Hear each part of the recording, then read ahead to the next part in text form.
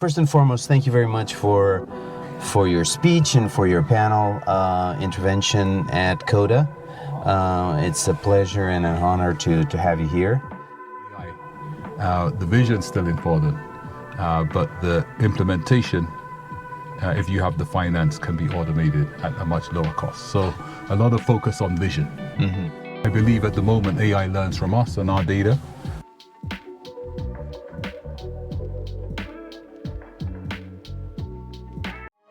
Lead with vision, inspire with innovation. Enter the genius inside.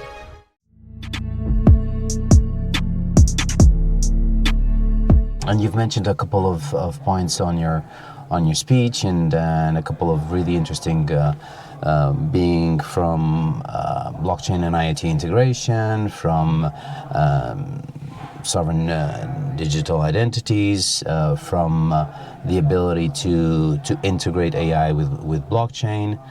Where will this end? Because this is what I see as a race for super intelligence, a race for the ability for nations to have competitive national advantages against other nations. And it's quite of a dangerous and ethical, risky approach. What's your take on this? I think it's the beginning, right? So it's not the end, it's the beginning. And I think that like the beginning of creation, AI is the match that's spurning a new form of life, artificial intelligence life. And that artificial intelligence is essentially a new operating system which will draw on all the other technologies like blockchain, cloud, and everything else, right? Fintech, all these things, IoT will come together as part of this new AI economy and this new AI operating system. But we're just at the beginning, and you could argue that the match that this race for new life is ChatGPT, right? 100 million users in 6 weeks, and it's a new tooling that everyone's using, and that spurned the what if question for other things. What if we had a ChatGPT that could automate my business? What if I could make movies? What if I could talk to AI and it could essentially make a whole billing system, and I could make applications with it.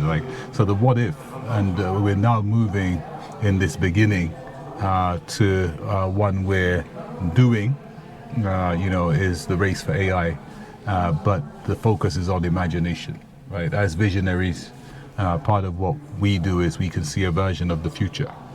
Before, you needed two things. You needed finance, and you needed the ability to implement that version of the future you saw. And you look back at some of the things we saw. The Airbnb saw a version of finding new ways of utilizing properties that were unused, right? And they saw that with Airbnb. Uber found new ways of having transportation. Google found new ways of searching. These are people, things that started with a vision. They found the resources and they found the application, right? The implementation. Now with AI, the vision's still important, but the implementation, if you have the finance, can be automated at a much lower cost. So a lot of focus on vision. Mm-hmm.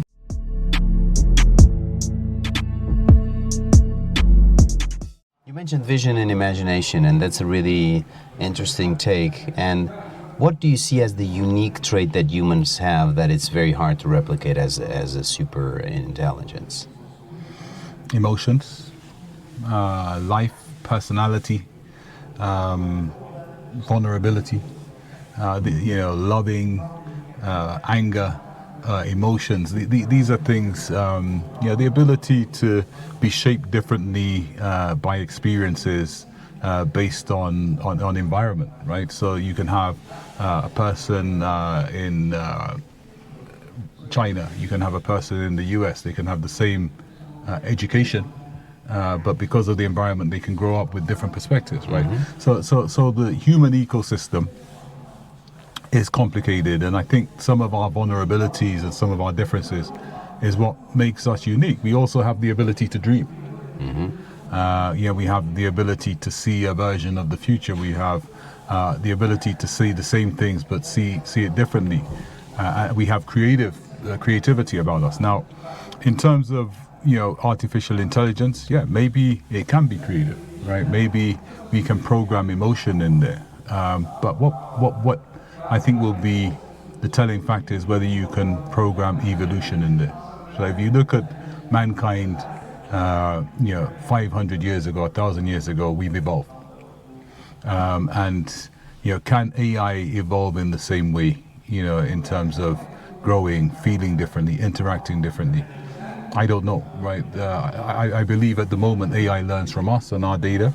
There is talk of artificial general intelligence where AI starts thinking for itself. When that bulb goes on, it will be interesting to see whether AI can have personality, whether it can evolve, whether it can be emotional. I don't know, right? I think that the reality is that AI will be a tool for mankind. It doesn't have emotion, it doesn't have greed, it just has data.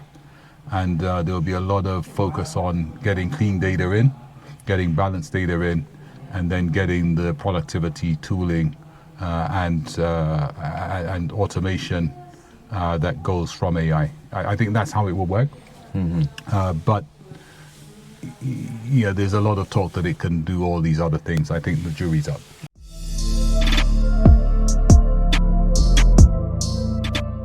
Couple of questions. One is on, you mentioned human ecosystem. First, how do you see Web3/blockchain supporting human ecosystems to the next level of human ecosystems? Second is, how do you mentioned, as mentioned before, imagination, emotions, vision, the ability to learn from others in a more not just physical/digital way, but also interact and generate new experiences. And that leads to how can the AI/blockchain advancements support these new ways of creating an experiment economy. So I have a couple of others, but let me just go for this. So I think at the heart of it, we're in the process of the building of a new digital infrastructure for a new digital world, right? And as part of that new digital infrastructure for the new digital world that's emerging with AI, blockchain will be part of it. Now, what role will it play? I think is the question that we're asking. And the one thing that you need is, this technology needs to be something for all, right? So the concept of decentralization, if you just look at this in terms of compute power, in terms of practical optimizing use of resources, maybe this breathes life into the case for decentralization, because it's not an idealistic case now, it's a business case. Because for AI to work, we're going to need a lot of compute power. And if you look at deep-in models, for example, for gaming, so deep-in models like YOM, for example, which allows people to use their computers to do the compute for gaming. That sort of deep-in model, which is based on blockchain, which allows utilization of resources for compute, I think will be important to how AI works, right? Because we need to use all of our resources effectively. I think the other side where blockchain plays a role is trust. Right? How do we trust an AI agent? How do we trust the data? How do we know who produced it? How do we know that the owner of the agent is real? How do we know that my data is my data? And more importantly, how do we know that AI isn't creating data to go into AI, meaning that you have synthetic data going in, which is then going to just perpetuate any bias or untruth? So blockchain can be the trust layer that authenticates the data going into AI, the ownership of that data going into AI, and the timing of the data going into AI in a dynamic way, using things like we discussed on the panel, So verifiable credentials, self-sovereign models, zero knowledge proofs, but not for just for people, but also for agents, right? For data, and that's some of the work that we're doing at Peerpoint, which is to look at how you can give a machine an identity, how the data from the machine can have an identity, how we can sign it, how it can be time-stamped, how it can be trusted, and how it can be transacted. And the transaction is the last point where smart contracts, blockchain tokenization, DEXs, digital exchanges, are the tools that can also allow for a new financing and economic model related to the inputs to AI to evolve. So I believe that blockchain is the verification tool, is the trust tool, and it's the digital money and financing tool that can be part of this AI economy. Not all of it, but it definitely will be part of it because it's dynamic and it's decentralized. It's always on, it's 365.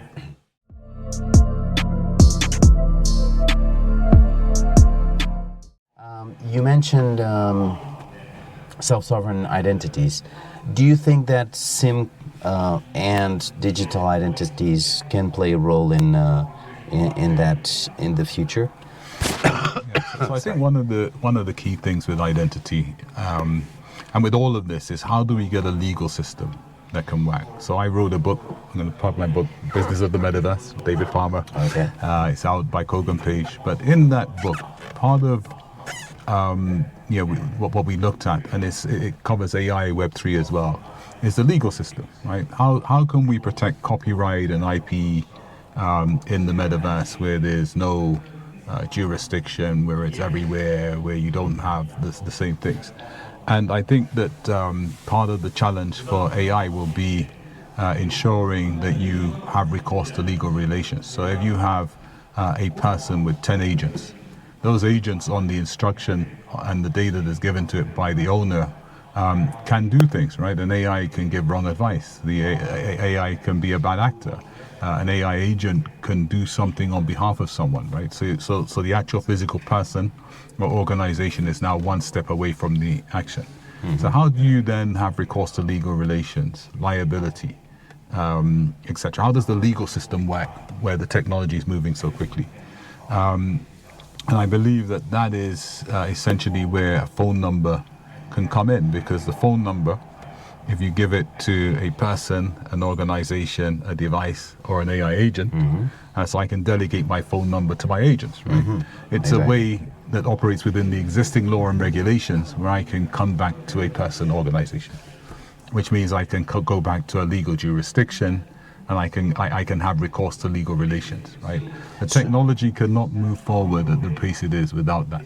Yeah. So you'd base an ethics framework on that connects an identity to a device and to a kind of a mandate / delegation. Yeah. Okay. Yeah. So you have a phone number which basically allows us to trace it back to a person. Often someone's taking out a phone, you have KYC, you have AML. So all it means is that the legal system is ready to go, and we have an identity which is part of critical infrastructure. There's 8 billion people in the world with mobile phones, 30 billion IoT devices, a great number of them already having phones. So I think as we build this new digital infrastructure for a new digital world, that infrastructure needs to have recourse to legal relations. It needs to be able to work now. And the phone number has been one of the most successful cases we've seen, right? We've gone from 0 mobile phones in the 80s, practically 40 years later, to having over 90% population penetration of the world's population. So it's there, and it's something that can work now. Now, does that phone number need to be self-sovereign? Yes. But would that self-sovereignty entail also some concerns about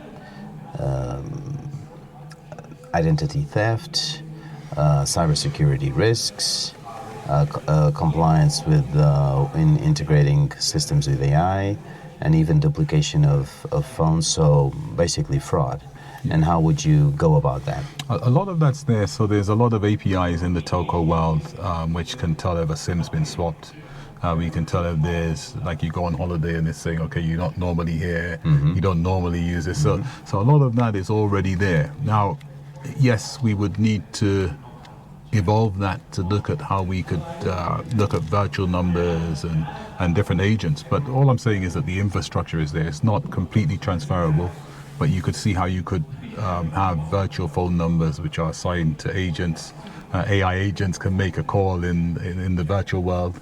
And then you, of course, as I was saying earlier today, you have the whole physical AI. We think of AI as digital, right? It's going to be online. It's going to be metaverse, online. But actually, one of the biggest areas of manufacturing will be AI robots.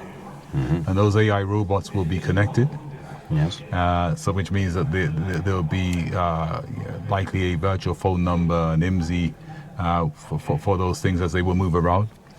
And they will transact, right? So you can, just as you have cars that can be rented, you'll have robots that will be rented. These things will transact. They need an identity. They need a wallet. They'll produce data.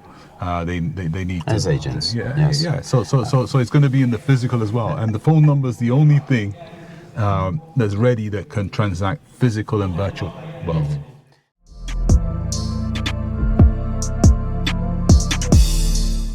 This leads to a couple of two questions. One is swarm intelligence, which we've experienced this with, especially with the Tesla fleet, which will happen with the AI robots.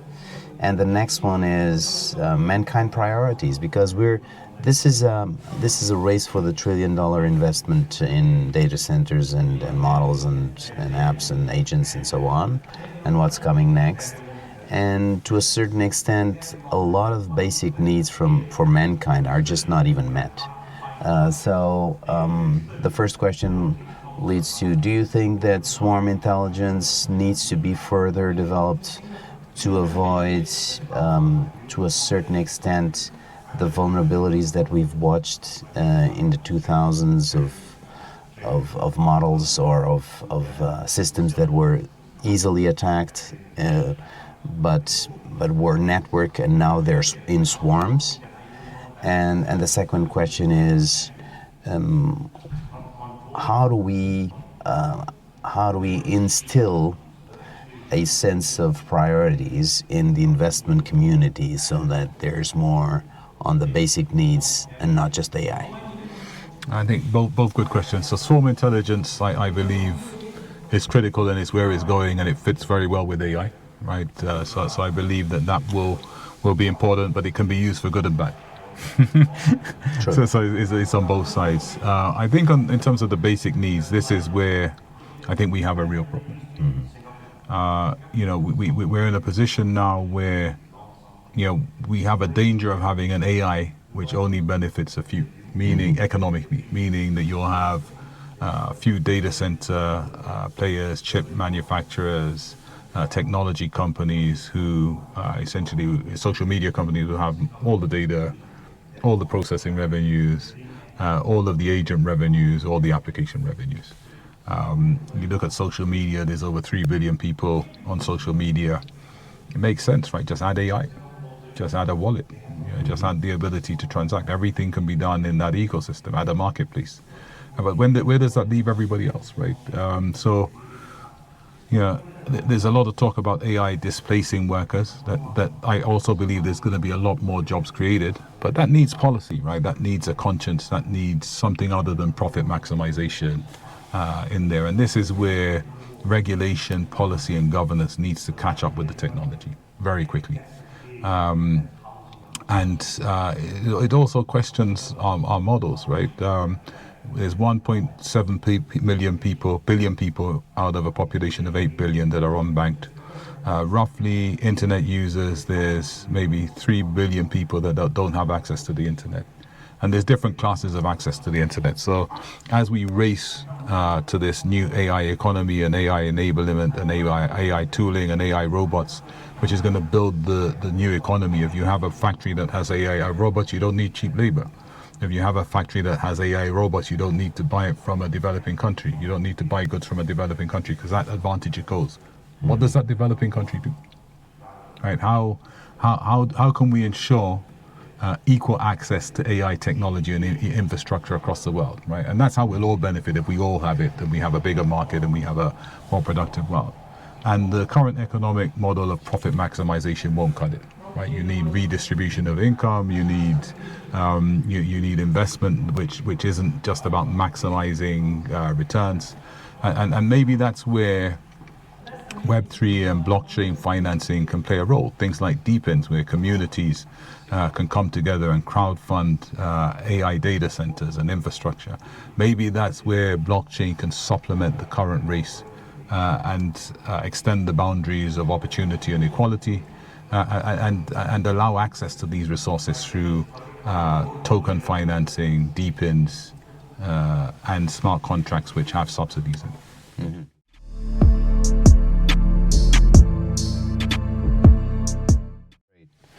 Any comments on Coda so far? Amazing conference. Coda, you can feel the energy with the organizers putting it together. They really care. Great agenda, great speakers, amazing networking. I've just been here this morning and I've already been networking. Good topics and format. So I think, really exciting conference, tapping into the fact that Portugal, my second home, right? Mm-hmm. I'm an adopted Portuguese. Great. Is now the European hub of startups and blockchain and Web3 and in the future AI. So really great event, great location in Porto. Hoping to be here again next year. Yes, hoping that you're coming next year. And thank you so much for a great interview. And hope to see you soon. And all the best with Vodafone and your projects. Thank you. Obrigado. De nada.